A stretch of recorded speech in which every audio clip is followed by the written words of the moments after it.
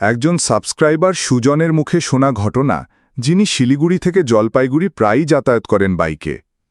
আমি সুজন, শিলিগুড়িতে থাকি, তবে অফিস পড়ে জলপাইগুড়িতে। রোজ বাইকেই যাই আসি। 1 ঘন্টার রাস্তায় একটা ছোট ব্রিজ পড়ে, ঠিক মাঝপথে। দেখতে একদম নিরীহ, ছোট একটা কংক্রিট ব্রিজ। নদী না, শুধু একটা শুকনো খালের উপর। কিন্তু ব্রিজটা নিয়ে কেমন একটা গুজব রয়েছে। লোকে বলে ওই ব্রিজটা ঠিক জায়গায় থাকে না।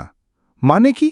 মানে এই যে কেউ নাকি দেখে ব্রিজটা হঠাৎ রাস্তার ডানে চলে গেছে, কেউ বলে বাদিকে, কেউ বলে একদম সামনে নেই। অথচ আমি দেখেছি সব সময় তো সেই জায়গাতেই আছে। তাই এসব পাত্তা দিইনি। কিন্তু একদিন আমি নিজে সেটা দেখলাম। রাত ছিল প্রায় 9টা। অফিসের কাজ বাড়ায় একটু দেরি হয়ে গেছে। বাইকে ফিরছি, চারদিক শুনশান। হেডলাইটের আলোয় ধরা পড়ল সেই ছোট ব্রিজটা। কিন্তু আজ যেন কেমন যেন ঠান্ডা ঠান্ডা লাগছে গায়ে। আর ব্রিজটা দেখে হঠাৎ আমার গা শিউরে উঠল।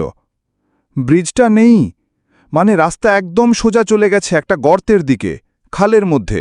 ব্রিজটা নেই, শুধু কুয়াশায় ঢাকা একটা ফাঁকা গর্ত। আমি ব্রেক কষে দাঁড়িয়ে গেলাম, হেডলাইটটা সামনের দিকে ফেলে দেখতে লাগলাম।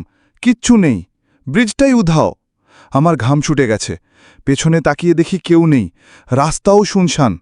ভাবছিলাম ফিরে যাব, তখনই হঠাৎ চুপচাপ করে কেউ একজন আমার ঠিক কানে এসে ফিসফিসিয়ে বলল, ব্রিজটা তো আজ আমাদের দরকার ছিল না, তুমি চলে যাও। আমি পেছনে তাকালাম, কেউ নেই। আবার সামনে তাকালাম, ব্রিজটা ঠিক আগে জায়গাতেই আছে, যেন কিছুই হয়নি। এক মুহূর্তেই ফিরে এসেছে। আর দাঁড়াইনি, সোজা বাইক ঘুরিয়ে পালালাম। পরদিন সকালে আবার সেই ব্রিজ দিয়ে অফিস গেলাম। ব্রিজটা ঠিকই আছে, কিন্তু আমি যতবারই রাতে ফিরতে যাই মনে হয় ব্রিজটা নড়ে গেছে। হয়তো একটু ডানে, হয়তো বাঁয়ে, হয়তো সেদিনও থাকত না যদি কেউ কানে না বলতো।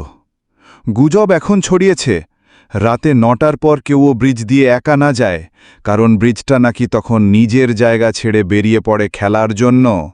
আর কেউ দেখে ফেললে তাকে ফিরতে দেয় না।